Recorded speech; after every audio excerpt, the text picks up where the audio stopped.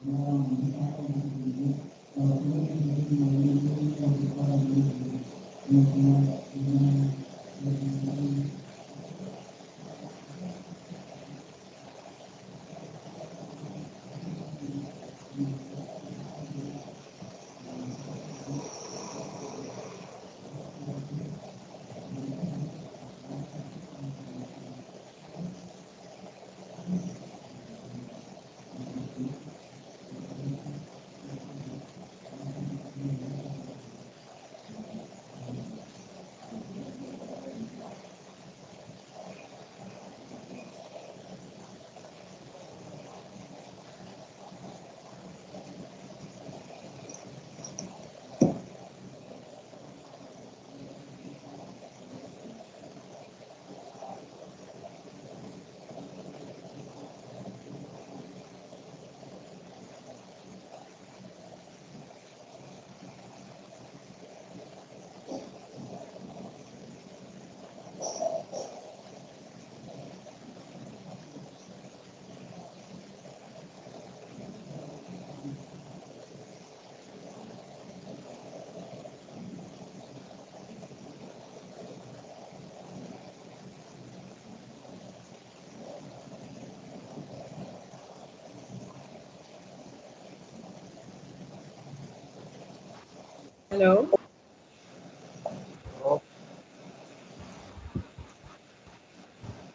Yeah, this is Sujay here. I just wanted to test Okay, madam. Okay, madam. the PPT. Now, where do you go and share screen? Is Okay.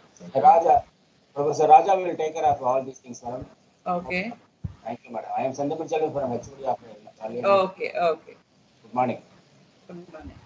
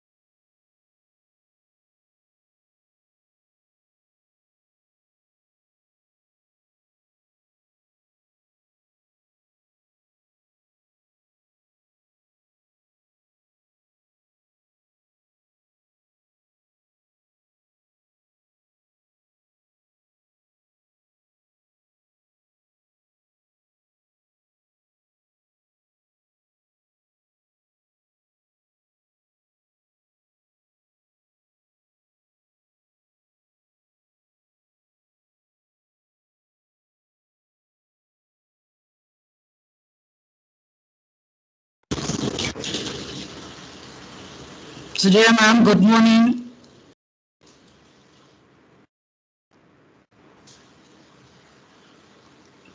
Sujaya ma'am, Yes, ma'am. good morning ma'am. Good morning. How are you doing? Good ma'am, how are you doing ma'am? I'm fine. Thank you. Happy to have you today for our session. Thank you very much. Even Rakesh has conveyed his regards ma'am. Morning Oh, he saw the invite and he just conveyed his regards. okay. Wonderful. I wanted to convey that with you. Okay. So, ma'am, we will wait for 5 to 10 minutes so that students will get joining. Yeah. Minutes? Yeah, ma'am. Thank you.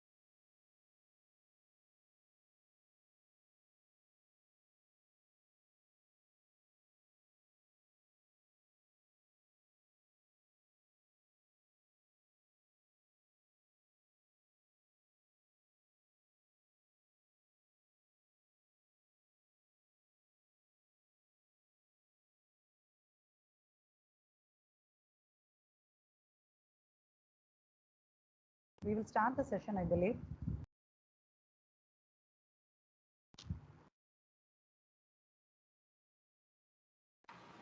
Yes.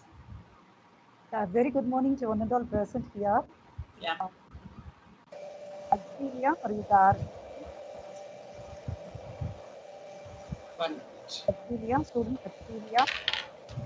Yes, ma'am. Yes, over to you. You can start the session. Morning to one and all present here. Ma'am, am I audible, ma'am? Yes, you are audible. Please proceed. Good morning to one and all present here. I am Auxilia from second year MBA.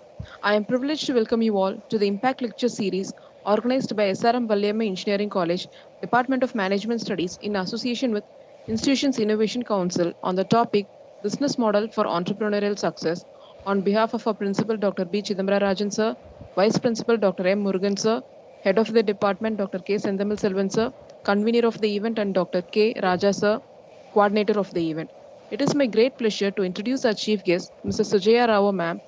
She is the COO and co-founder Future Edu that offers personalized career mentoring programs for high school and college students. She is also a consultant, trainer and mentor in entrepreneurship development. Currently, she is associated as trainer with Tamil Nadu government's EDII Entrepreneurship Development Institute of India and Innovation and Entrepreneurship Development Program and Tanstia FNF Tamil Nadu Small and Tiny Industries Association. She is also working on entrepreneurship programs like Entrepreneurship Week India. She has also forged partnerships and worked with strategic partners including Tata Groups, IBM, and so on. Now, I would like to call upon our HOD, Dr. K. Senthamil Selvan sir, to speak a few words. Very good morning to one and all present here. I welcome you all on this occasion of the IAC's sponsor lecture program. We have gathered here for today. First of all, I would like to thank our principal sir, vice principal sir, who gave me this opportunity. It's my pleasure.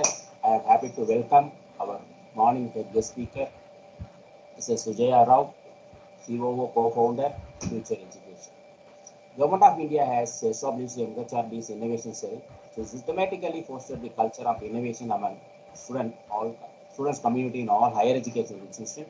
The primary mandate to encourage, inspire, and nurture young students by supporting them to work with new ideas and other prototypes. A network of this IAC will be established to promote innovation in the institution through multitudinous modes leading to an innovator promotion ecosystem in the all higher education campus in our state or country. Thank you very much.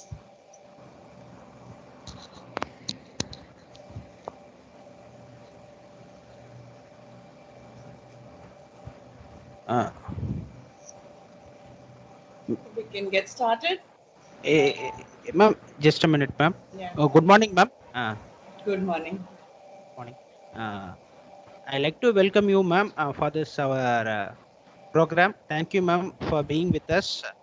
And I request Auxilia.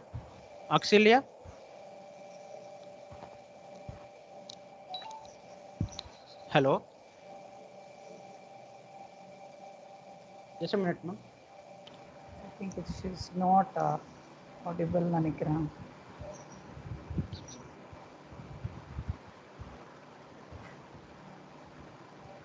Auxilia, are you there? Yes, sir.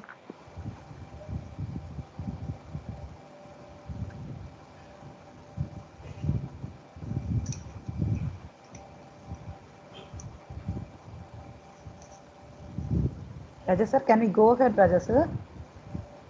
Yes, ma'am. Yes, ma'am. Yeah. Very good morning, one and all present here. I like to welcome you for this program, and we have excellent guest, Mrs. Sujaya Rao, with us. Okay, this program has been conducted for that benefit of this all engineering and MBA students. By means of this program, they can get some idea about that entrepreneurship model. Okay, what type of the business they have to start and what things is very essential, like this thing, and followed by this program. And next we have a second session at 10:30, In this session, Mrs. Sankita Arnachalam ma'am will be presenting there, and she will be speaking about that entrepreneurial finance. Okay, and I hope these two sessions will be very important for this budding entrepreneurs. And in this occasion, like to few words add a few words about that IAC. Okay, our institution is a part of this IAC from 2018. We have been conducting n number of programs for the budding entrepreneurs, and we are conducting n number of programs in order to initiate that, in order to impart the knowledge about the innovation among the engineering and MBA students. And I hope this program will be very useful for this students. Thank you. And Auxilia, are you there? Hello. Yes, sir. Yes, ma'am. You can proceed, ma'am. Now the mic has been handed over to Auxilia.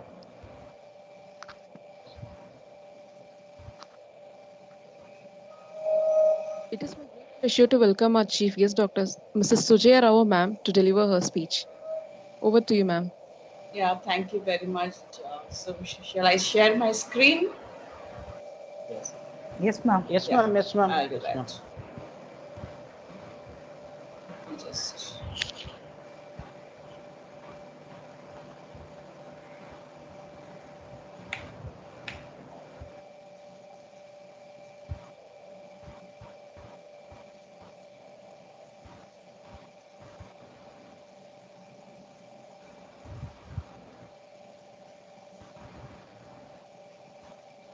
are you able to see it?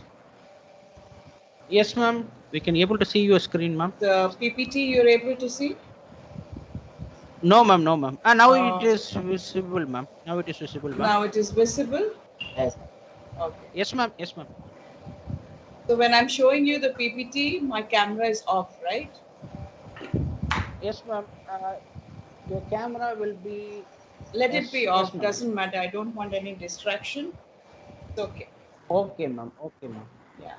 So good morning, everyone. It's a pleasure to be here. We've done some earlier sessions with this group, and I'm always happy to be back talking about entrepreneurship, taking something about entrepreneurship. So today's topic is business models for entrepreneurial success. So we see different kinds of businesses these days, right?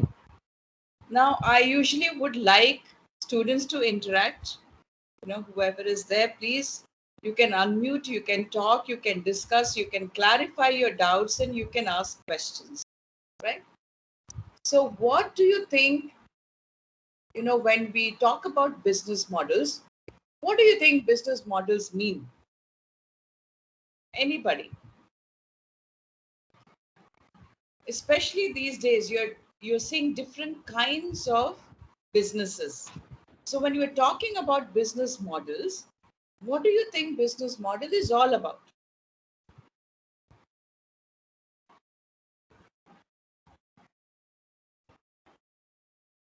Anyone, any student? Yeah, it's a layout for business. Yes? Layout idea. Not able to hear you. Ma'am, you hear me, Ma'am. ma'am? Yes, ma'am. Yes, yes. Yes, ma'am. It's a layout, ma'am. It's a layout idea for business Correct. to our ideology and our business. Okay, your voice is fading Okay, in ma'am. and out, but I was able to understand what you're trying to say. Yes, ma'am. Can you hear me clearly now, ma'am? Now it's better. Yes. Yeah, ma'am. It's a layout, ma'am, for idea of our business to clearly implement our business. Very good. So, how you actually go about implementing the business? See, all of us will have ideas, okay? And especially when we have ideas, we need to understand which idea to take forward. We evaluate the ideas, but then suddenly we have to stop and think, what is the big picture of the business? Is my business going to be a regional business? Is it going to be a national business? Is it going to be an international, global business, right? But at the same time, when we are talking about ideas, the whole thought process about wealth creation. Business or entrepreneurship is about doing business to get some profit. You take some risks, right? But in the end, what you have to do, you'll have to ensure that you are generating constant revenues and you're trying to scale up or sustain your business, right? So, business model basically depends on many forces. It depends on economic forces, it depends on technological advancements, it depends on social forces, it also depends on all our political policies, our regulatory statutories, whatever legal action you have to take, all the legal requirements of the business. So, keeping all this in mind, you'll have to figure out as entrepreneurs, as startups, where exactly am I going to, ensure that whatever I do, the layout, the mode in which I start my business is going to generate profit. Now, let's look at some good examples. Okay.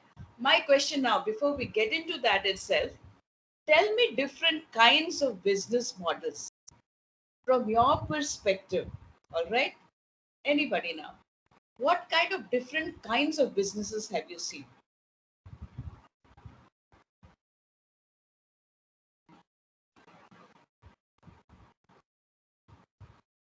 The manner in which these businesses are implemented. Talk about that.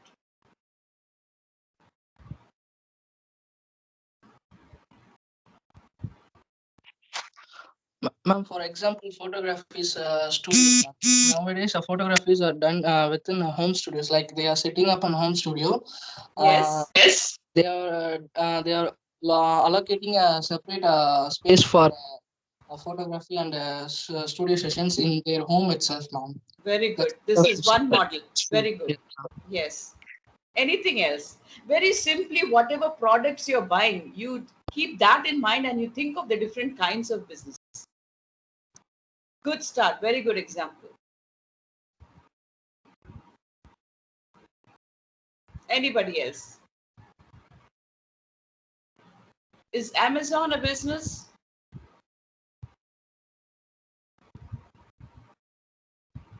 Yes or no? yes, ma'am. Yes, Yeah. ma'am. Yes. I mean, Amazon is a business. All your e-commerce is business. Today, the technology that we're using for this session is a business, right? So there are different kinds of businesses. The only thing that we have to think about is when we are setting out to do a business or take our idea forward, you'll have to look at your resources. You'll have to look at the kind of location you're in, the kind of business that you're going to start, and then decide what is the kind of model that I want to take up.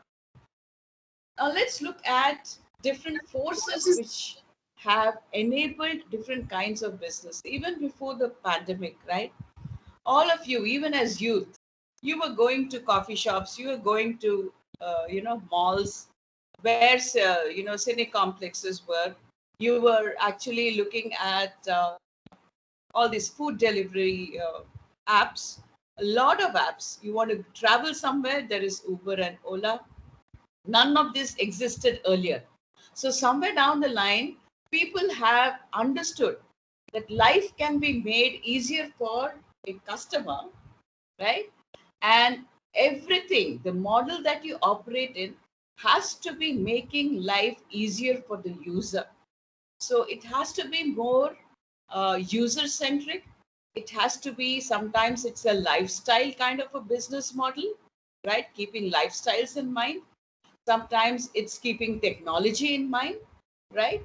So if you look at these examples up here on the screen, you'll see population and income is one deciding factor.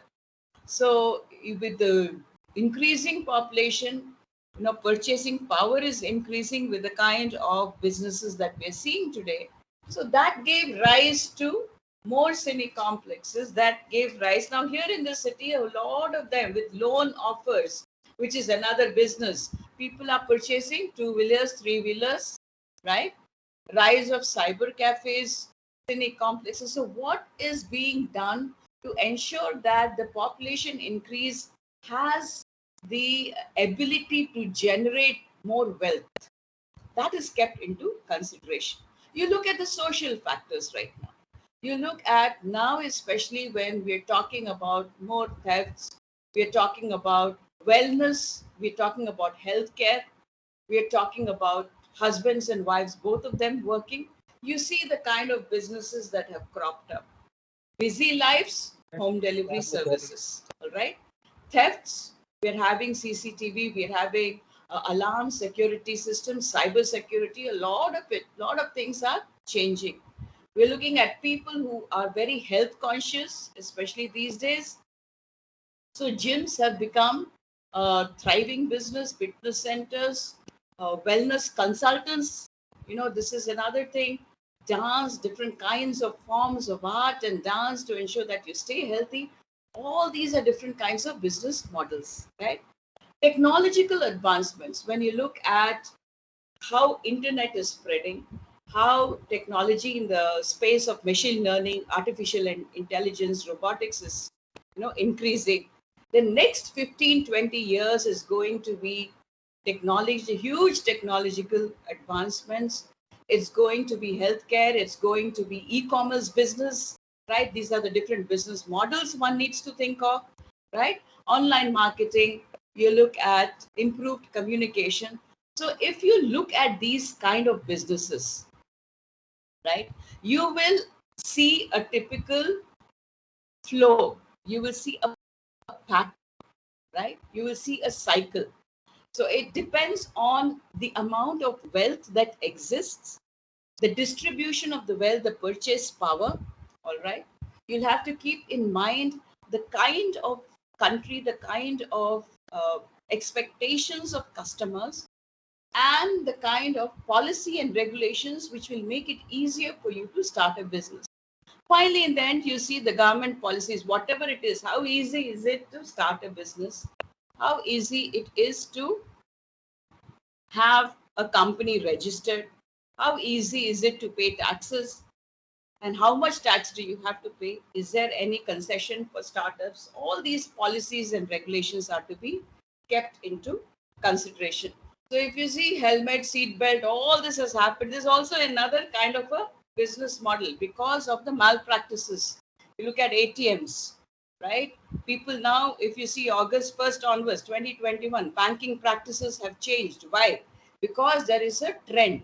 There is a specific habit, a behavior that has changed.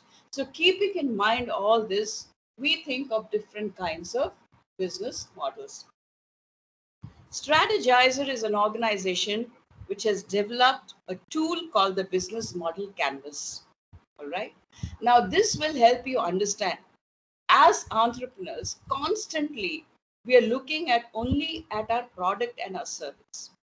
A lot of startups or entrepreneurs fail because they're unable to either take their product or service effectively to the market, all right, or they're unable to understand how to sustain their cost structure or their revenue model. So this canvas brings in or captures the context of all the different kinds of segments you need to keep in mind when you're thinking about constructing or building your business model and looking at strategizing. What is your business strategy? It's a beautiful tool because, like he said, he used the word layout, right? And you look at the layout out here, you look at the canvas out here, you look at the segments out here, basically 9 segments. And recently, people are using the lean canvas model, which you can later see because it's just an improvisation of this particular model. I wanted to take this because it's the core of what is being discussed today. All right. Typically, this is the model where now you're seeing how your different headers matter. You start with the value proposition of your product. Now I take the example, simple example, since we are in the pandemic situation, we've been using a lot of e-commerce businesses, and I'm taking the example of Amazon. Now my question to you is, what is the value proposition of Amazon? What does it give its customers? Why do you want to use Amazon? Tell me that. Variety of products, ma'am. Excellent. Variety of products. Then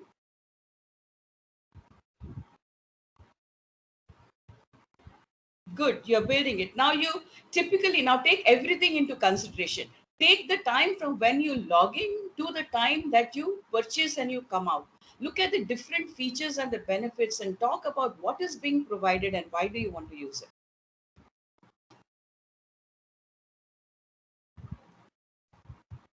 That's a very good start. Variety of products all under one platform. You understand that that is a value proposition. So what you want, different items, different kinds of things, whether it is, grocery, whether it is cosmetics, whether it is any other product, whether you want to buy some gadgets, everything is available under one platform. But what else? What is the experience when you're using Amazon? Talk about that. Look at the canvas, look at the different segments and talk about It's easily accessible, ma'am. it. Very accessible. Very good. So now you're talking about user centric, right? Customer feels that all products are there. It's easy to navigate on Amazon. It is easy to look at different products. When you click on a product, you get all the details of that particular product. You understand the availability, non-availability of the product. You know which particular vendor is going to provide you the product. You're able to understand the timelines of when you will receive the product. You will see the kind of delivery is done. So you see how much goes into this particular business model.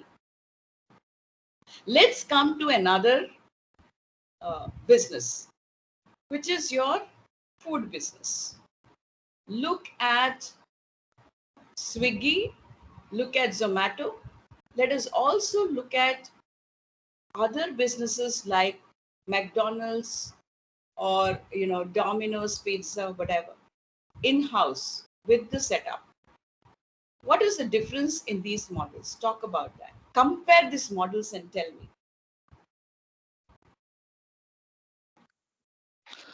Ma'am, the main difference is Zomato and Swiggy, they are providing food services, ma'am. Whereas Yes. McDonald's are providing foods. Yes, There is yes. a difference there, ma'am. Very good. Now, you see, when you look at the customer relationship, the customer segments, right?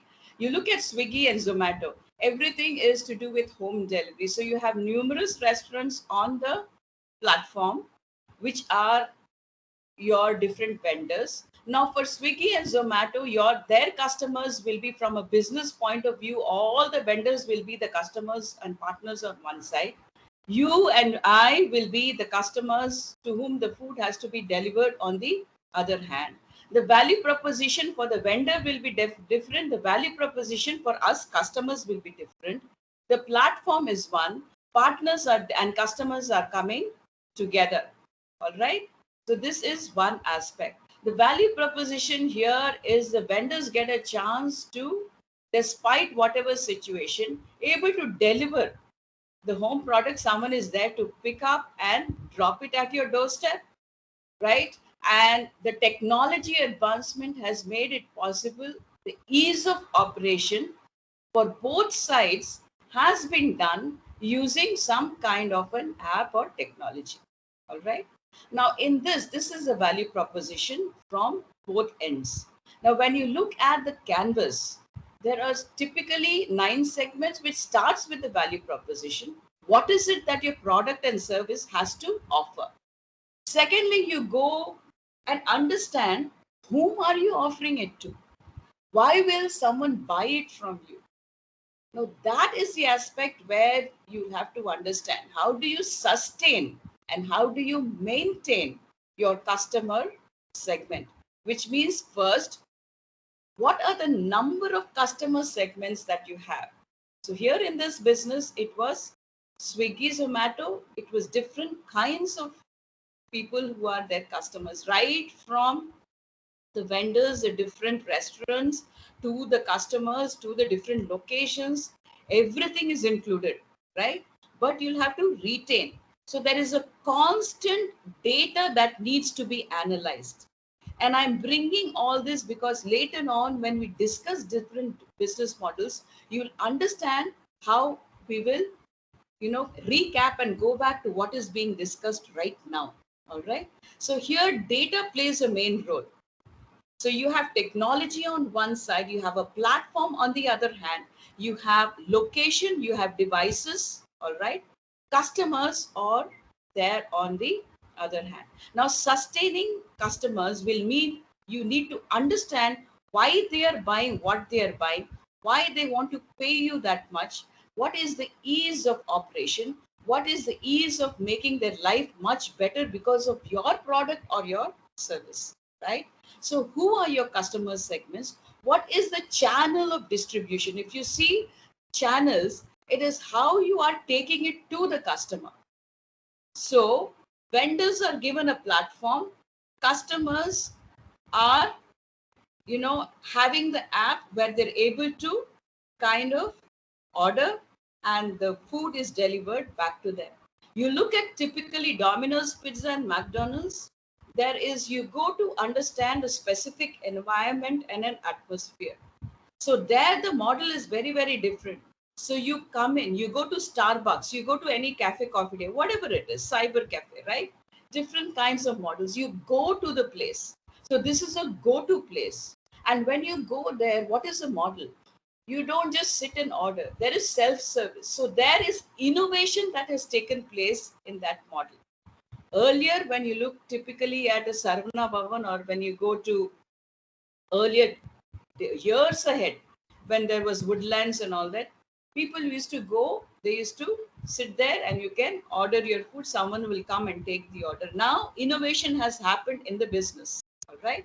So these terminologies have to be understood constantly during the business growth of the business life cycle of the business.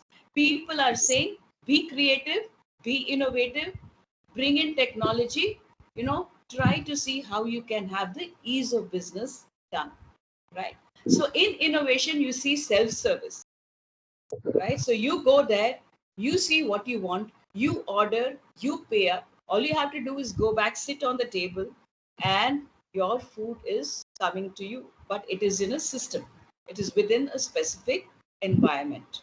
All right. So here the revenue streams, if you see, you are paying up, there is an app, there is a technology, there is, either, there are businesses where you are a subscriber. All right.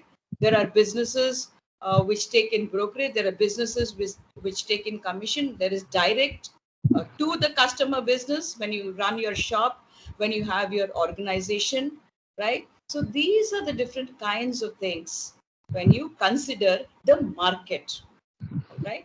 So if you look at whatever, if you split this canvas into half, okay, right from mid level of the value proposition, if you split it into 50% this side and 50% this side, you will see the right hand side is the market and the left hand side is the product or the service that you have to provide, which means now as an entrepreneur or startup, constantly you're trying to focus on what is the requirement of the market, because of which what is the kind of business model that you're having to provide.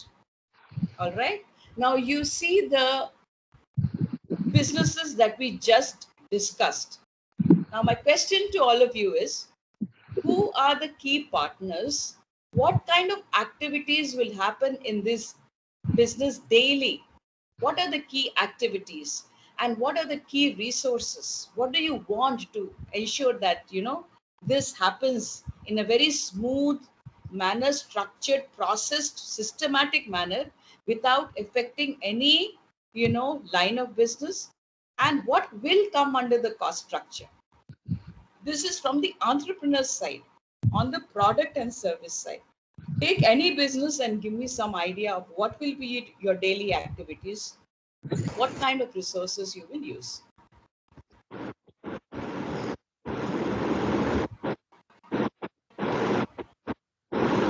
Don't worry about being right or wrong. Just put in your thoughts. It will always be interesting to discuss.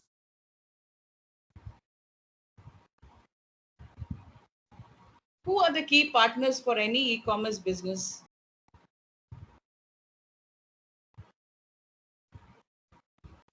Is the logistics management. Yes, good then. Very good. Keep talking. Logistics, you know. Then you have the technology, right? Who is partnering with you in the technology? Someone Different said, Website developers and app developers, ma'am. website development, everything. Excellent, very good. different vendors, ma'am. Yes, different vendors, excellent, very good. See how all this is coming together. So now what you're doing, you're mapping out your business, you're laying out your business, right? Who is it that I know? Who is my network? Who are my partners? What are the key activities? What will happen every day? What do you have to keep in mind every day? Increase and decrease of price. Okay. Then now, typically, as a customer, when you look at Amazon, you're looking at it from a customer point of view. You go to the back end, you see what kind of activities need to be done.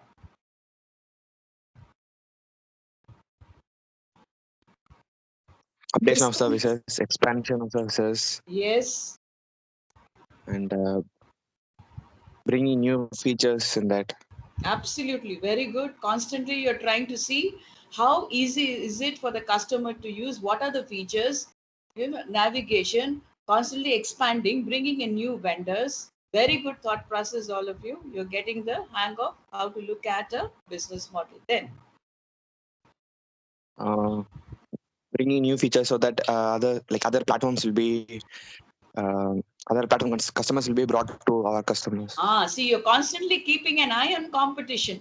Very good point. So you're looking at competitive advantage. What is happening with the others? What's happening with Flipkart? What is happening with specific vendor businesses also? Why should you try to bring in some vendor when the vendor may himself or herself have already a thriving online business, right? So how do you ensure that is something that you throw to that vendor, some kind of good, benefit that you throw to the vendor to bring in that business also onto your platform. Excellent.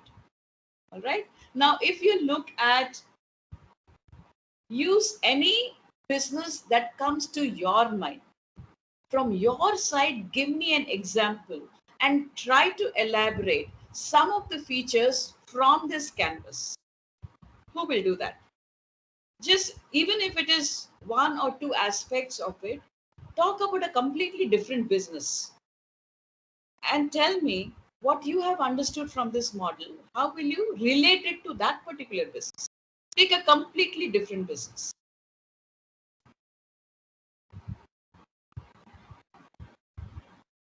Something which is there even in your locality. Photography studio, home studio, ma'am. Yes. Talk about it. For photography home studio, we have to allocate a separate space from our home, ma'am. In our home, we need a set of gadgets, cameras, tripods, and all, ma'am. Like different lenses, we have we have to set up lights and the stands and mats, different colors of mats. Then we have to provide a separate space for the customer who are coming to our studio. So we have to set up a different workspace. Within a small space, we have to allocate where we have to take the photos and where we have to make the model stand there, and we have to focus there.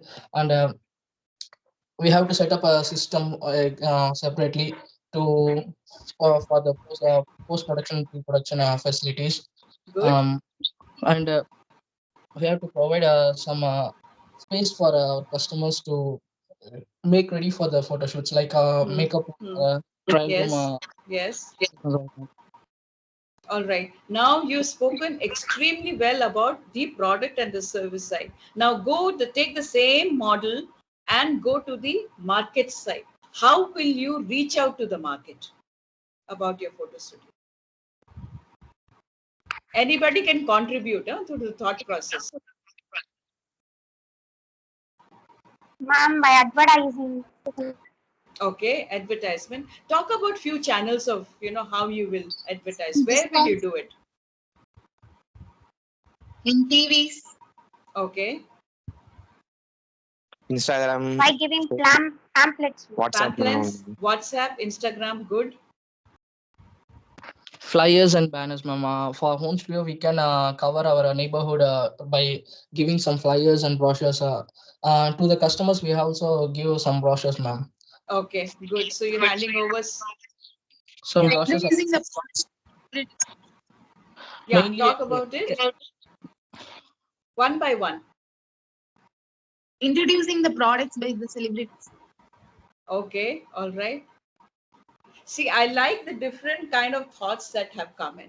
Now I'm going to bring it all back into the cost structure. All right. So you have spoken about, now this is a very nice way to discuss a startup. Now in startup, there is only so much of funding available and so much of resources available. All right. So when you're looking at the business model, any startup, any person right now, you as a photo studio, you are not an established brand as yet. Okay.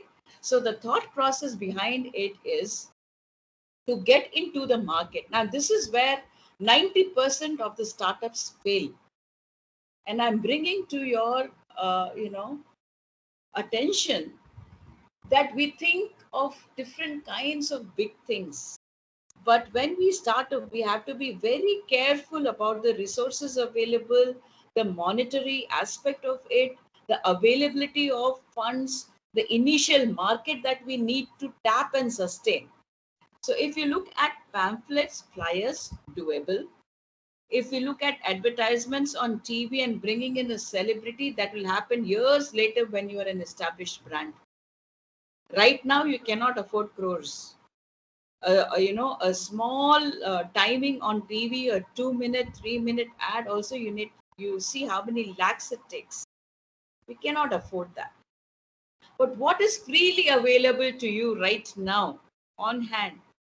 WhatsApp, social media platforms, Instagram, like someone mentioned.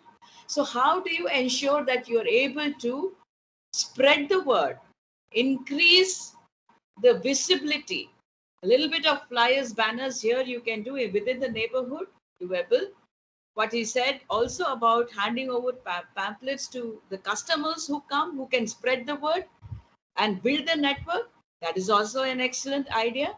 So here, every time your focus has to go on initially when you start up to where can I cut cost, where can I lower cost, right? So in the business model, when you're looking as a startup, always remember, how can I do things with whoever I know, whatever I have, and the skill that I possess. All right. So this is very critical. The revenue streams, the photo studio, you can actually have two aspects of it, right? You can have either a quick online business, you can set up a website, you can get your orders or you can get appointments for the photo studio there.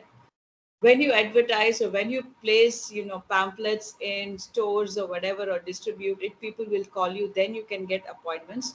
So what is required here very thoroughly is a visualization of how your entire business on a daily basis is going to work. That is the only way that you can understand how and which model is going to work for your business, because only you will know who is the customer segment and which is the market that you want to tap.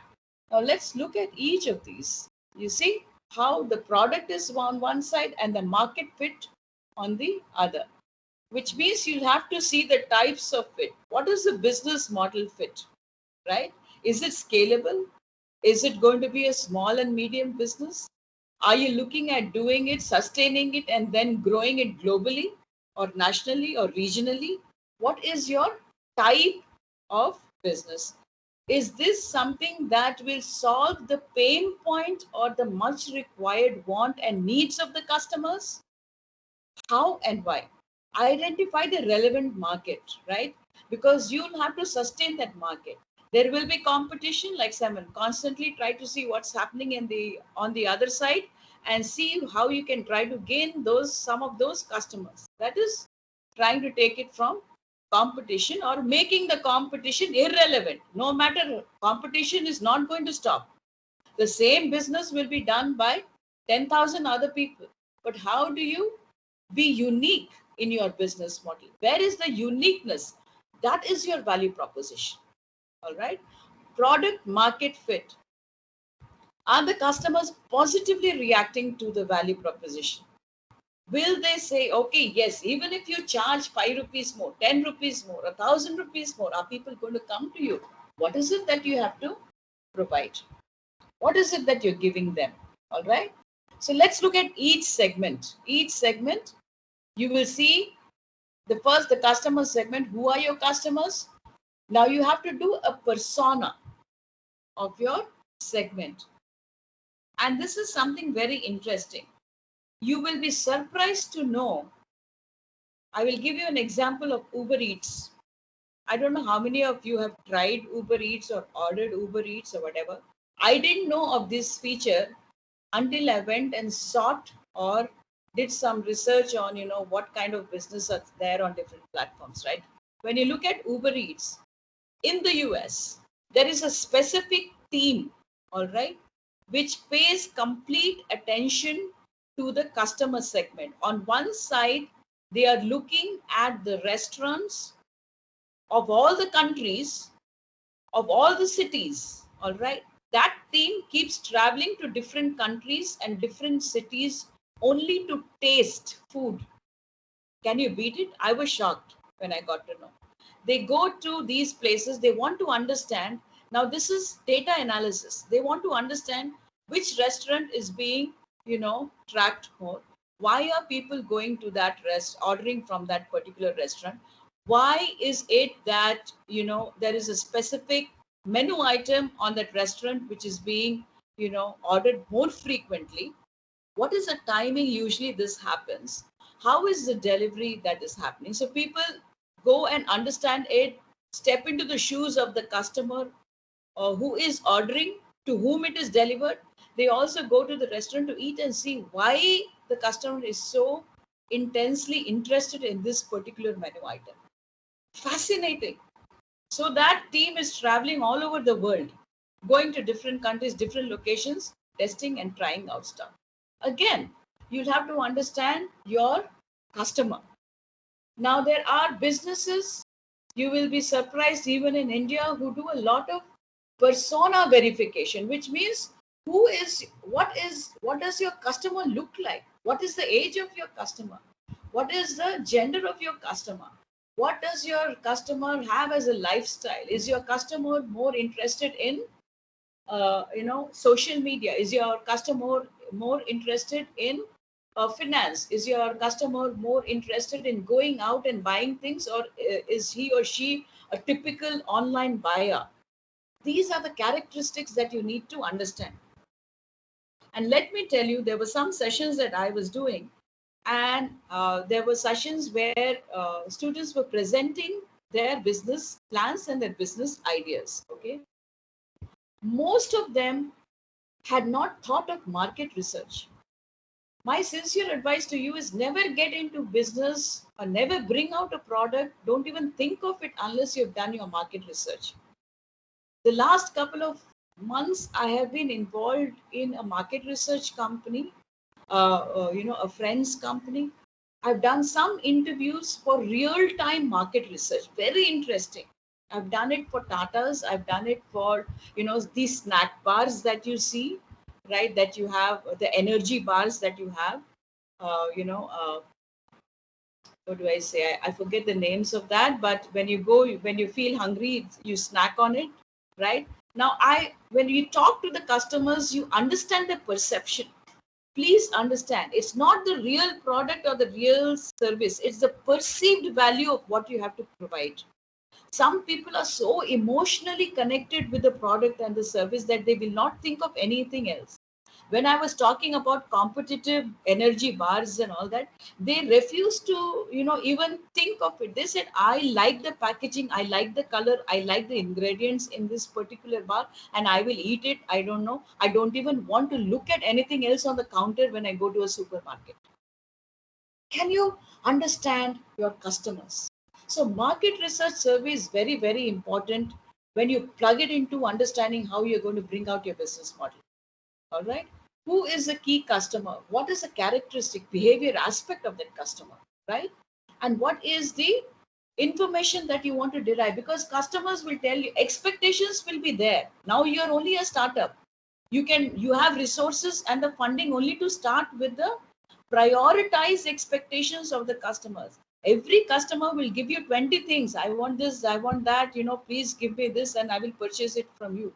But you cannot be catering to all the 20 things of every customer. So how will you do data analysis and prioritize on what are the top 5 or 6 benefits or the value that you are going to give to the customers? Very interesting. This is the value proposition. What is it that you're unique about? What is the design? What is the brand? How are you customizing? What is your pricing? Right? Never underprice. If you have something unique to offer, price it right. That also plays a very important role. How easy is it to access and use? Someone said access to products on Amazon. So accessibility is another way. Channels of distribution. How are you reaching it out to them? Right? Is it a sales network? Is it wholesalers? Is it retail? Is it internet sales? That needs to be kept in mind. Customer relationships, right? When you look at customer relationship, very interesting. When I did this survey towards the end, I asked a lot of customers, how will you want to be, kept in touch with?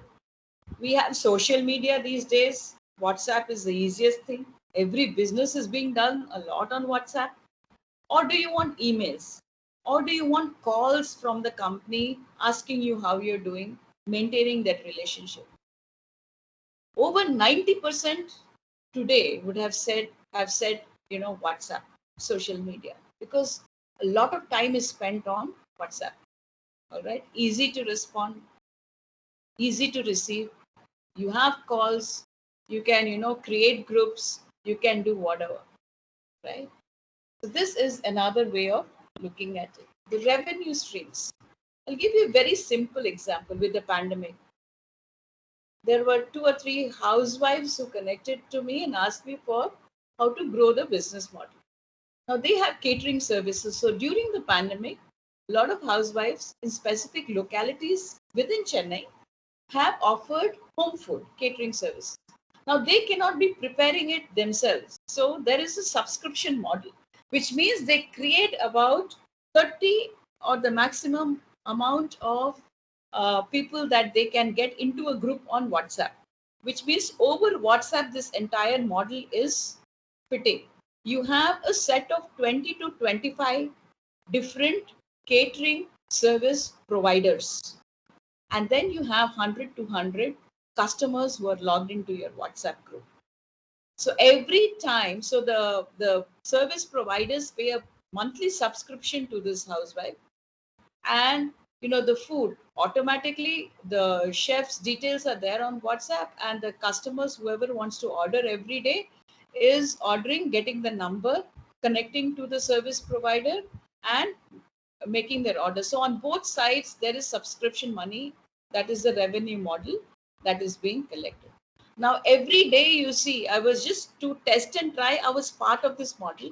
I saw every day how the service providers spoke about the menu for the day, the best menu item on the day of the day, right? Delivery time back to your houses, and then there was feedback which was being given by the customer. Excellent chocolate cake, excellent, this. I really like the packing. I really like the way it was very nicely delivered, especially if it was some liquid, right? So having been part of that, I realized the kind of ideas that people are coming up with to grow, to think of businesses and try to grow their business. So there was some discussion on how to grow advertise and grow the model. And the same, has been done by different housewives in different areas. So there is, for instance, in Chennai, if you see Adyar and in and around Adyar radius, whatever other areas are there, all these people were connected together on WhatsApp. Simple thing, not much problem trying to go register whatever to your company. It's a simple thing that is happening on the business. Now, when you're growing your business is then when you start to look at a lot of legal terms, legal policies, government regulations, and all of that. All right, that's another model. Now you look at the key resources, right? Physical resources, infrastructure. How are you going to create your customer base? How are you going to build your network? E-commerce business constantly on social media, Instagram posts, WhatsApp, groups. And then you're looking at how to keep Facebook as another area of interest. All right. So how do you build these relationships? What are the key resources of generating revenue? All this you need to keep in mind. Key activities. Every time you're trying to ensure smooth business, accessibility, all the time you're constantly thinking, is it working? Is technology not disrupting? Today, if I'm talking to you, the teams should not be disrupting. Somewhere down the line, the feature should be such that all of us can come together and happily have our session and go back. So there is this provision of showing the PPT, playing videos, all that is incorporated by this particular platform. Ease of online discussion, ease of online classes. Now, if you see the businesses that are coming up, especially, is classroom apps or classroom platforms where startup teams are trying to build a platform where you can access so many things. The teachers can access so many things even while teaching. You'll have direct access to. There is one person in Canada who is, having the business called Classroom App, where the entire platform deals with whatever you want. They will have a complete attendance, through this platform. Who is kind of interacting, who is available on the network, not available on the network, which student is talking to you, what is the attendance, tracking it down. During the session, the methodology of having access, quick access to clicking to YouTube links, showing videos, all these different features have been added to that app. Okay, so that's also a very interesting platform. Key partners. Always remember, as a startup, you don't have huge money, and always good to bootstrap. Bootstrapping means you don't get from banks, you don't get loan from banks, or you don't go around borrowing money from investors or whatever. Initially, try to do as much as you can with your own money, with family, friends, relatives, whatever, right? That's called bootstrapping, and that's how you need to get started. So if you are having a specific skill, right, what is Amazon doing? It's giving you the platform. It has a huge central unit, logistically speaking, where stocks are being kept so that the distribution of the stocks can go. So who are the partners? The vendors. So how do you effectively partner with these vendors? Because part of your problem is taken care of by the vendors.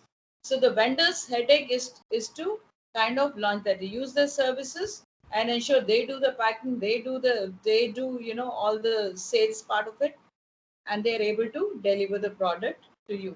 So how effectively are you utilizing the services of your partners, and is it productive?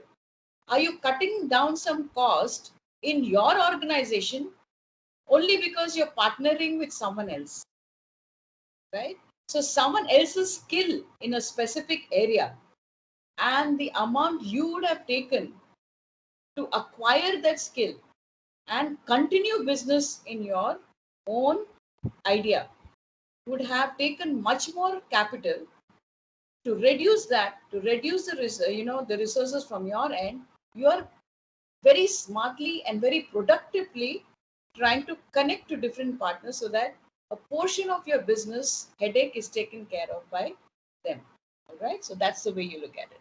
Cost structure, like I said, we discussed subscription models. economies of scale. You have to look at, where is it that you're spending the most. What is it now? If you have a shop now, or spending towards that monthly, on a monthly basis, is something that you'll have to keep looking at. And if you look at Uber, Ola business and all that, technology is something that they'll have to constantly be looking at, because the operation has to be smooth, right? This is a business model. So how many of you have heard about IKEA furniture? Yes, ma'am. What is good about IKEA furniture?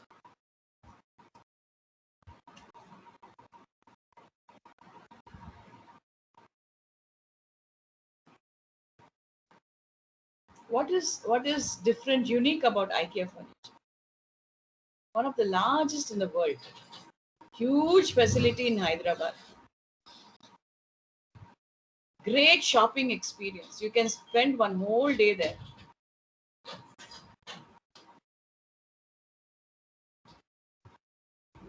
What is different about that furniture?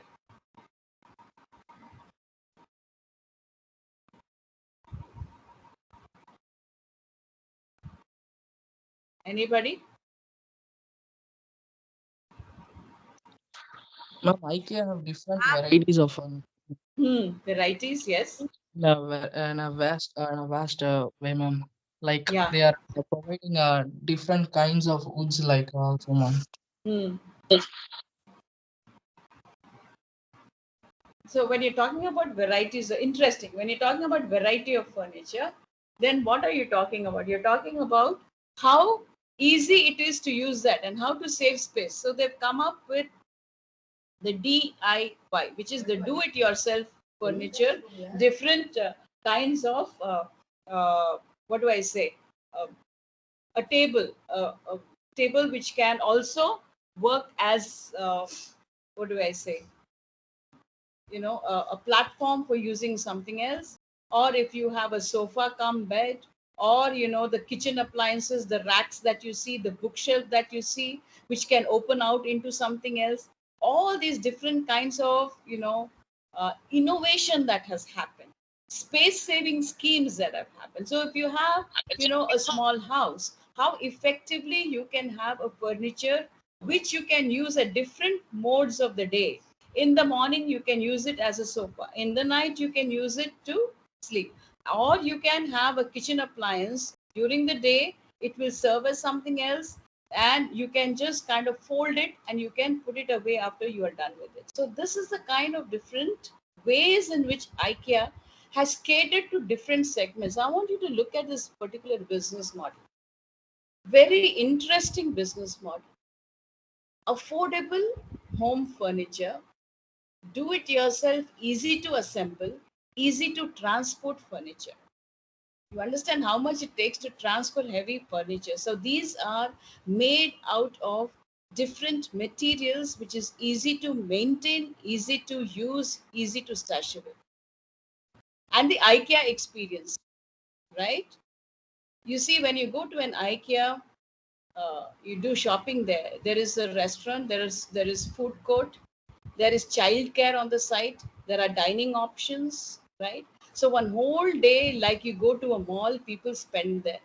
In China, all right, the IKEA facility, what they do is allow those people to go to shop, to use their sofas and their furniture to just rest, and some people have the facility to sleep there for some time.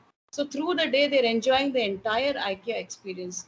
In the US, IKEA is making it available for weddings to happen using their own furniture, using their own food, right? So everything is catering to, under one roof, the experience for the customer in an easy, doable, accessible, and in an affordable, nominal manner. That is the value proposition of IKEA. What is your business value proposition? If you're thinking of any idea, what is it that you're delivering? Look at the customer relation. They all are spoken to as IKEA family. You have special discounts and offers. You are, lowering cost. So it's not about stores. You can order it, you can do it. It's at one facility, everything is available.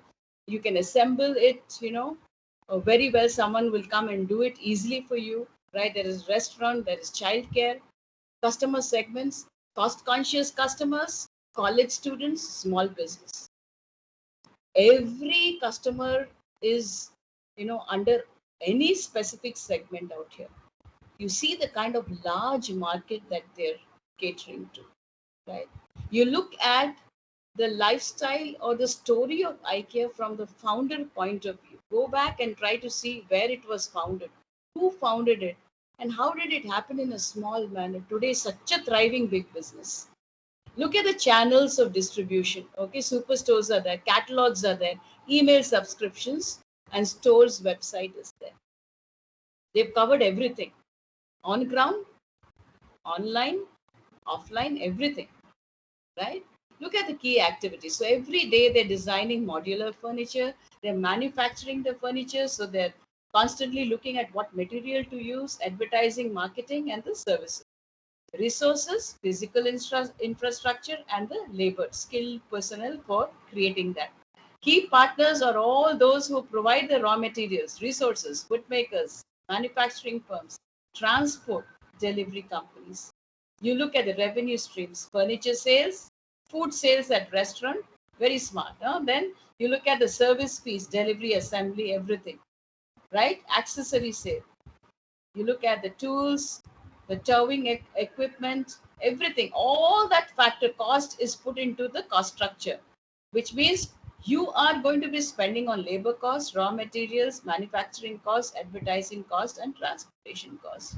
Now, the beauty of IKEA is, very frankly, if you sit back and think, what are you paying for? You're paying for that easy furniture, do it yourself, nice, you know, easy to handle furniture. But in the end, see where they are making their money. For every single service that they provide, they are getting the money. What are you benefiting from? Though it is affordable, you are paying them for everything during the day, right from the time that you want to eat there, right from the time that you go there, you buy the furniture, you come back, you assemble it. For everything you're paying a fee, right? But the experience that they have given you to make you understand that it's an easy thing, it's a beautiful thing, but you're paying much more. If you go and buy one table somewhere and come back, where, from a small shop, it's only that amount that you pay. The beauty of IKEA is they're taking so much more from you because they're giving you an entire day experience. All right, yet it sells. People are very proud when they say, today I've gone to IKEA with my group of friends, I'm going to spend the day there. See the model, right? Finally, today, the last half, let us come to the kinds of business model. I'm going to stop right here. I'm going to ask you whether you've understood this. Are there any questions from you? Have you been able to understand it so far? Yes or no? Yes, ma'am. Easy to understand how you need to look at ideas right now.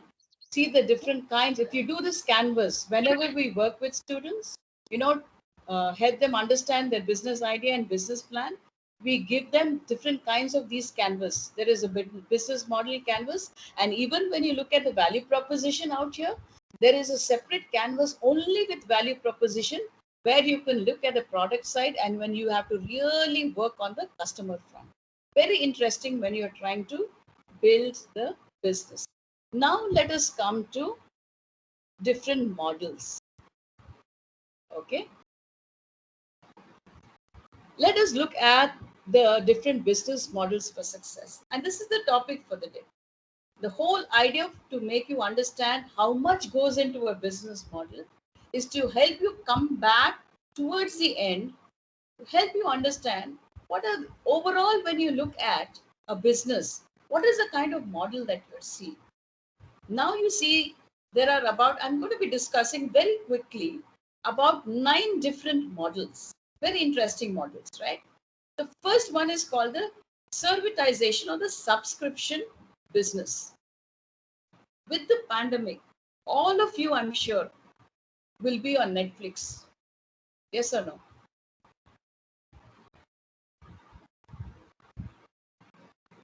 Complete silence. Say yes. All I know, all students are on Netflix all the time. Yes, ma'am. See, this is what at Sometimes, home. Yeah, sometimes on Netflix. I like that. sometimes on Netflix, sometimes on Amazon, like that. Yeah. So when you look at the subscription business, I will ask you another question. Now you see Netflix on one side, and you see Disney movies on the other side. Typically, when you go to a theater or a complex where you're watching a movie, what can be the difference in the model, Netflix model, and going to Disney production, bringing out a movie, launching a movie. You go to a theater, you go to a cinema, and the film is released. The film is a hit or whatever. What is the difference between the way Netflix works and that works? Tell me that.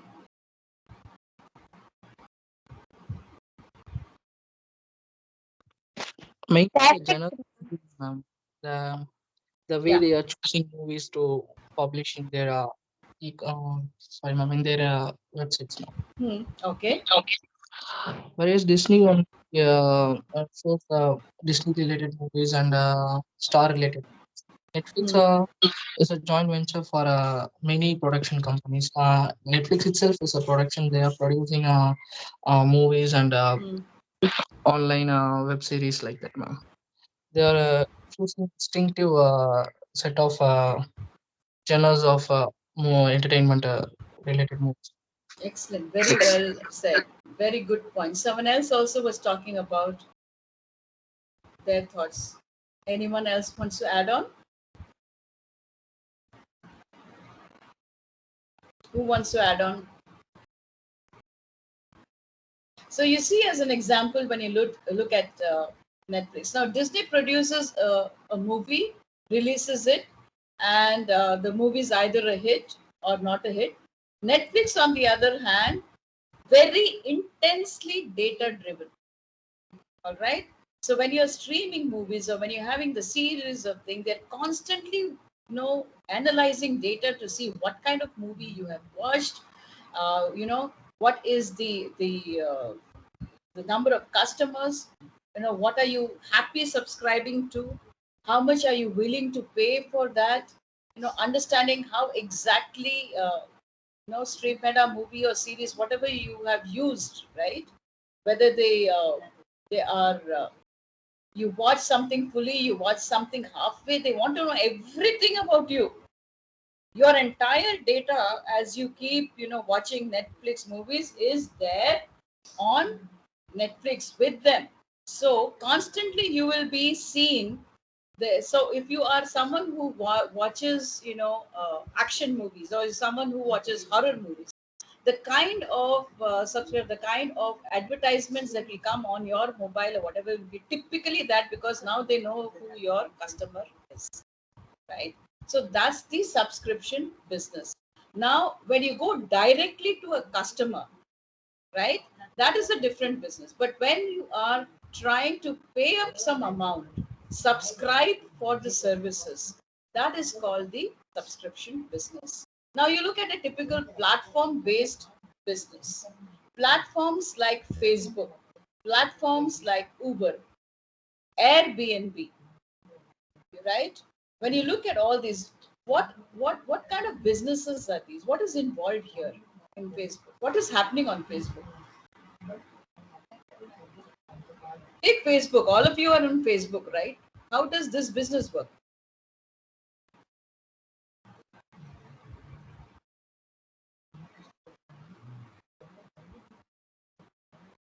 Is it directly going to the customer? Talk about your Facebook experience. What do you do? Platform based business. How do you do that?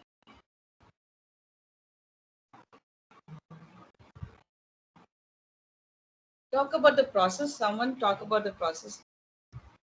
What has Mark Zuckerberg done? He has given you the platform. See, it is very self-explanatory. He's given you the platform. Does he come to you and say, is he coming directly to you and saying, be part of Facebook and all that? How does it operate? How does it work?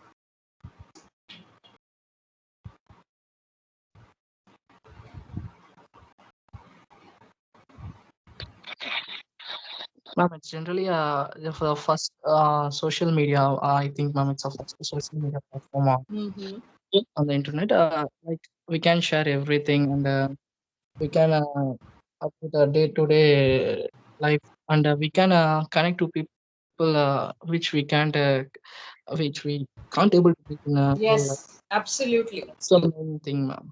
See the connections and the network that he has created. You can connect to anyone in the world, right? Whether it is LinkedIn, whether it is Facebook, whatever it is, you have access to anyone and everyone in the world, which means it is a completely user centric, it is a completely insightful platform which gives you all the data about the customer.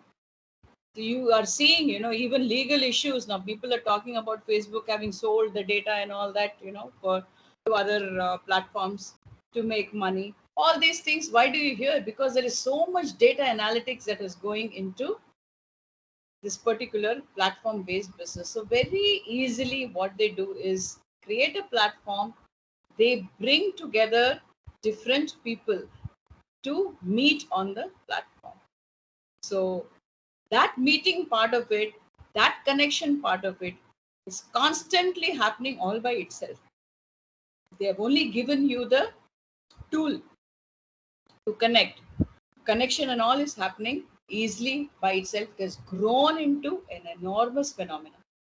All right, so that's the platform business.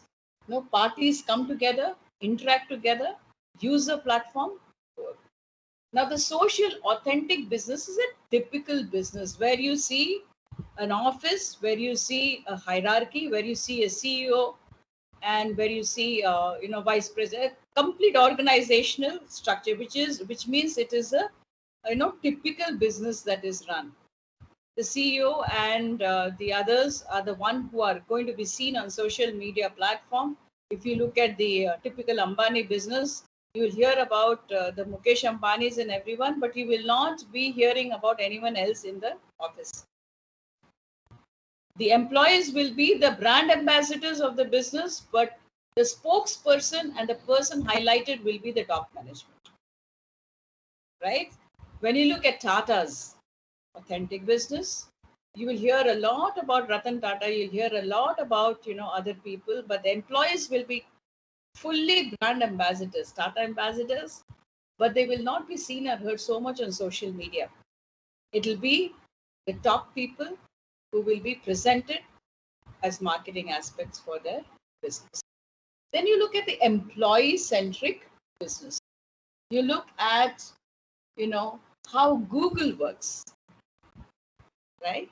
It's typically wherever you are. Now, today we're talking about gig economy. What is gig economy? You're working from home anywhere in the world. You're able to deliver, value, sitting at home, helping some other business to grow. Which means as long as you give them what you want, they don't care where you are in this world and how you sit and what you do, they get their business done. So completely employee centric. They're happy. They pay you. They incentivize you. They reward you. Right? It's not the typical traditional full-time permanent employee route. You can be on contract. You can do business with them whenever you want. So it's an attractive place to work. There is flexibility.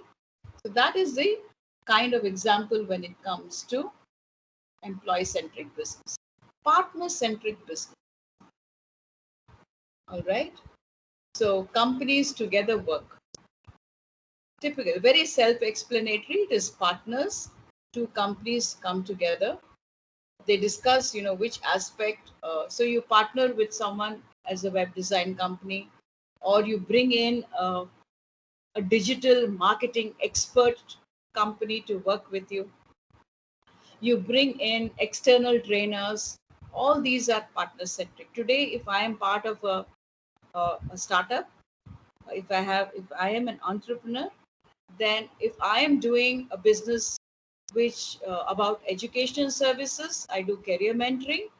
I don't have any psychometric tests, so I'm partnering with one of the best assessment organizations in India. So this is a partner-centric business. I'm partnering with other organizations globally so that our students, college and school students, can have a good experience of exploring academic projects and internships to decide what career options they want. Right? So that's a partner-centric model, business model. Let's come to the last few. Here you have the customer value obsessed business, customer value obsessed business. Just now, today we have discussed Amazon. Very obsessed with what does the customer want, what does he or she look at, how easy is it for the customer to buy, am I giving the customer a pleasant experience, everything data, data, data. All the data has to be there, feedback from the customers, constantly innovation, constantly evolving technology, constantly giving offers and discounts to retain customers. So very obsessed, crazy about customers. That's an Amazon, or especially the e-commerce businesses, you can put as customer or the value obsessed business. So see, it's not customer obsessed, it's customer value obsessed. So pay attention to that terminology. What is the value that you're constantly, putting in front of the customer for them to buy from you? Constant innovation business. Now this is about, at every point of your business, you're innovating. It's not that you're bringing out something new. If you look at an Infosys, if you look at a Wipro, if you look at all these IT organizations, it's all innovation driven business. At any particular point of time, they are trying to see what else they can do. Microsoft, all these businesses. You look at the Apple iPod, which came in. Very simply, what they were doing, they decided to bring in something else. They brought out of innovation and transformation, they created something new called the iPod. All right, where they were able to introduce music, keeping smartphones in mind. All right, look at the data-driven business. Really smart organizations recognize, utilize data to drive their business. Very typically, whenever you've been asked to give a feedback, it is data driven. Whenever people call you and ask you for the experience of having used the product, it is data driven. So constantly they're using data to ensure that they can expand the business. So whether it is understanding, when your birthday is, what kind of a lifestyle, how many people in your family, what are the different what do I say, age groups of the family members. All this data is asked because they have something to offer to each segment. So typically, it is completely data driven, a data culture business. And finally, when you come to tech savvy, again, self explanatory, what is technology driven business? I leave that to be answered by anyone here. Today, you're seeing a lot of tech savvy business. Can you give me an example?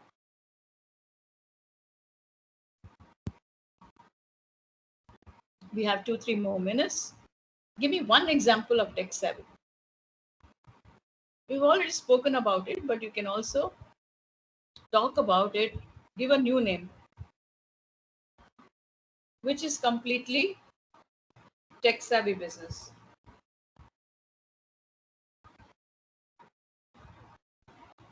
Who created Teams?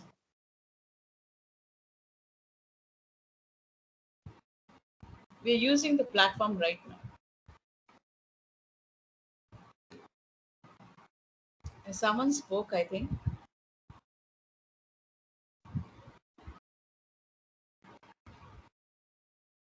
Which are the technology businesses? No, Microsoft, Google. Yes, Google, Microsoft, oh yes, Amazon. Even it's also based on a technical. Yes, yes.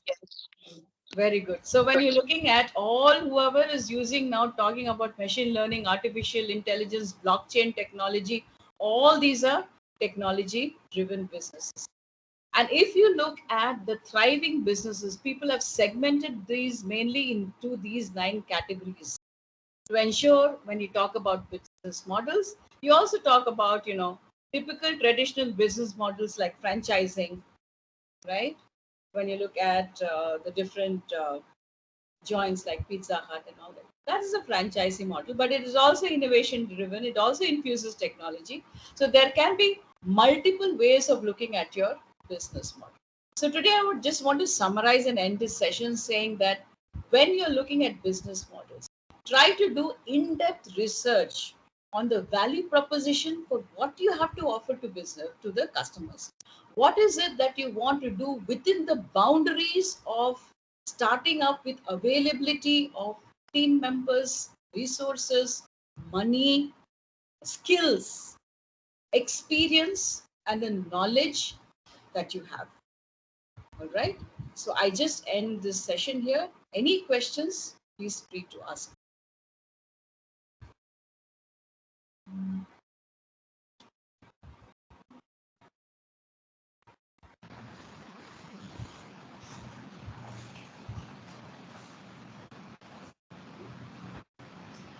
Right. Ma'am, Yes. what's the second? I am. Wait, how do I come out of this?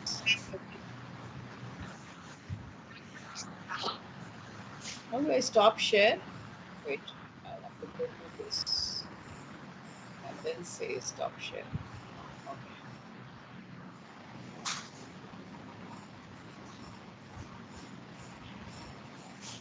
Any questions?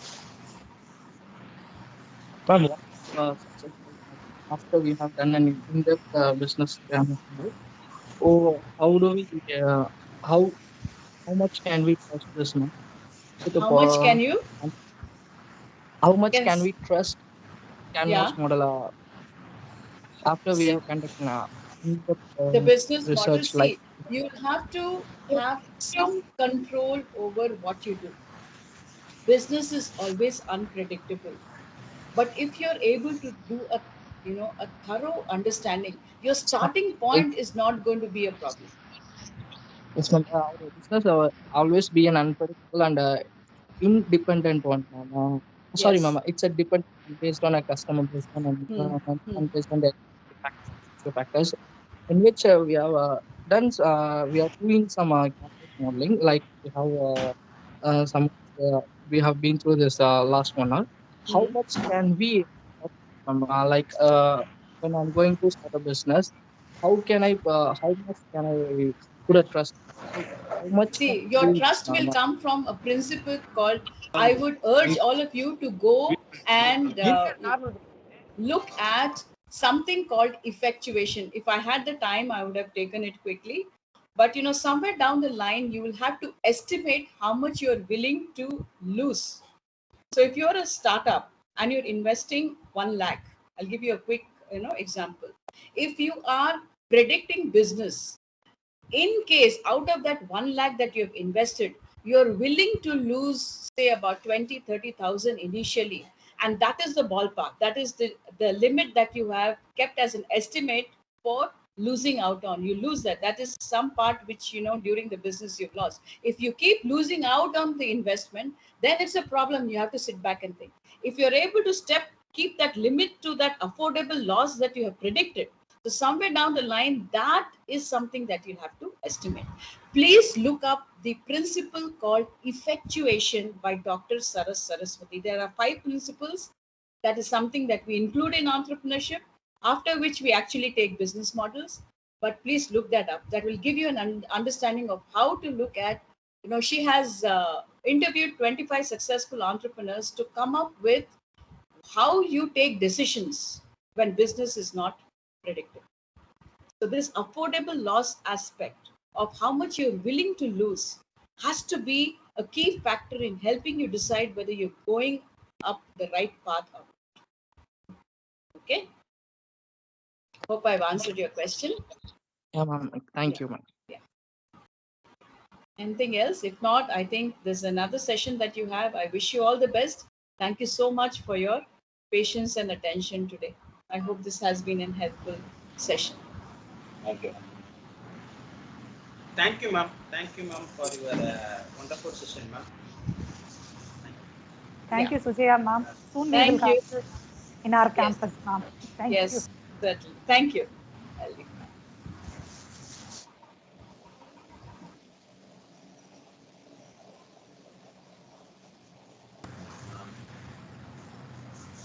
Now we have another session. The session will be handled by Mrs. Sangeeta Arnachalam, ma'am. Ma'am, are you there, ma'am? Yes, sir. Good morning. Yes, thank you, ma'am. Just a minute, ma'am. We have a small introduction, ma'am. Just a minute, ma'am. Sure. And Auxilia? Yes, sir. Now I would like to call upon our HOD You to can speak proceed, a ma'am. few. Yes, sir. Now I call upon our HOD to speak a few words.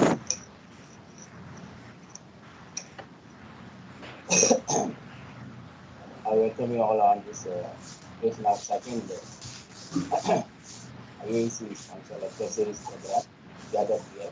I would like to thank Principal and Vice Principal and HODs and my dear friends who gave me the opportunity to speak to you about the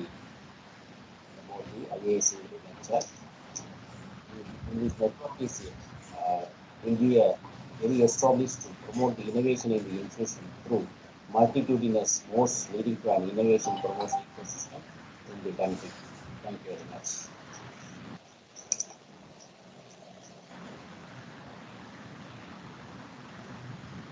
Am I audible, sir? I don't know. I'm not able to Auxilia? click on. Yes, sir. Now I call upon Ms. You can proceed, Chalcedony ma'am. Jivita to.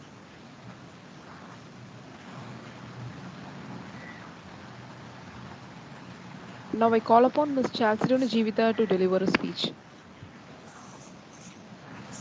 Good morning all. I am Chalcedony Jivita from second year MBA section 1. I am happy to welcome you all to the Impact Lecture Series 2 organized by SRM Vallima Engineering College, Department of Management Studies in association with Institutions Innovation Council on the topic Entrepreneurial Finance. On behalf of Principal Dr. D. Chidambaram Rajan sir, our Vice Principal, Dr. M. Murugan sir, our HOD, Dr. K. Sentamil Selvan sir, convener of the event, and Dr. S. Raja sir, coordinator of the event. It's my pleasure to introduce our chief guest, Ms. Sangeeta Arunachalam ma'am, founder Kadevidi, to deliver a speech on entrepreneurial finance. She is a chartered accountant and company secretary. She qualified in 2010, and a few years of practice, she started Smart Mommies, a Facebook support group for moms, when she had her first child. As the group grew in numbers, quite a few mompreneurs emerged in this group while their children grew up. In 2016, she organized a couple of mompreneur exclusive exhibitions with the help of fellow mompreneurs, which were super success in 2017. She drove into the e-commerce industry with Kadevidi.shop. It was one of the first e-commerce portals in the world enabling mompreneurs to sell their products, services, and events.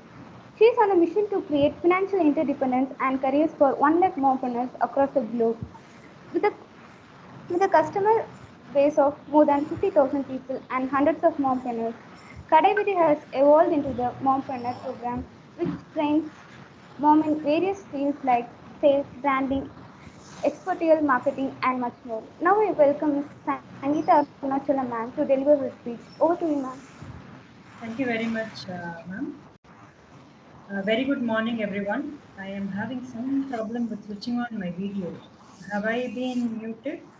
Or I was able to switch on my audio. Ma'am? Video on ಆಗ ಮಾಟೇಂಗಿದೆ sir. My camera is on, but I think Chrome Okay, is ma'am. not Okay. No allowing. problem, ma'am. Is it okay? Parvalya? Okay. Okay, ma'am. It's okay. Right. Okay, sir, can I have a couple of information? இப்போ இங்க இருக்கிற audience வந்து predominantly Tamil audience or English is better? Both, okay, ma'am. Both is present, ma'am. Predominantly Tamil is higher, ma'am. So Tamil நடுவுல வந்தா பிரச்சனை இல்லைல்ல? Is there anybody who doesn't No problem, ma'am. No Tamil at all? problem. Okay, right. Thank you. So I am Sangeeta Arunachalam. I am basically a chartered accountant and a company secretary by qualification. I don't practice CA. I started my own company out of passion. So இங்கே படித்தாங்க இல்லையா, so அந்த மாதிரி சிஏல தான் இருந்தேன், ப்ராக்டிஸில் தான் இருந்தேன் இனிஷியலாக. I started with practice, but something was lacking. நீங்கள் எல்லாருமே வந்து ஆண்டர்பிரினர்ஷிப்பை பற்றி யோசிக்கிறீங்க, பேசுகிறீங்க, செஷன்ஸ் ஆர்கனைஸ் பண்ணுறீங்கன்றதுனால I thought I should tell you my experience, because I am not that old or that experienced to talk much about the bigger things of entrepreneurship. I am here to basically tell you what all I went through in the last 10 years. So I qualified in 2010, and then I went on to start my own management consultancy company, because that is what in general chartered accountants do.